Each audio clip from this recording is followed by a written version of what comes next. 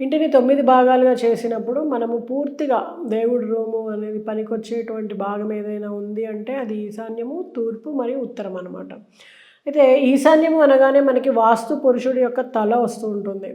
ఆ భాగమే జనరల్‌గా మనకి ఈశాన్యం ఉంటుందనమాట. ఇంట్లోకి వచ్చే పోయేవాళ్ళు గానీ, దాని మీదే తలబెట్టి లోపలికి నడవడం జనరల్‌గా చాలామంది ఈశాన్యంలో మెయిన్ డోర్ ఉంటే మంచిది అని చెప్పి అక్కడ డోర్ పెడతా ఉంటారు.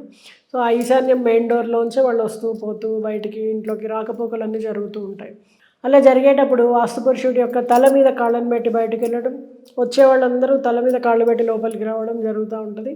మరి అలాంటప్పుడు వాస్తు పురుషుడి తల భాగంలో ఉద్రిక్తత ఏర్పడుతుంది. ఆ ఇంట్లో ఎప్పుడూ టెన్షన్ ఉంటుంది. ఇంటి యజమానికి కానీ, ఇంట్లో ఉండే వాళ్ళకి గానీ విపరీతమైనటువంటి ప్రెషరు, టెన్షను ఇవన్నీ ఉంటా ఉంటాయన్నమాట.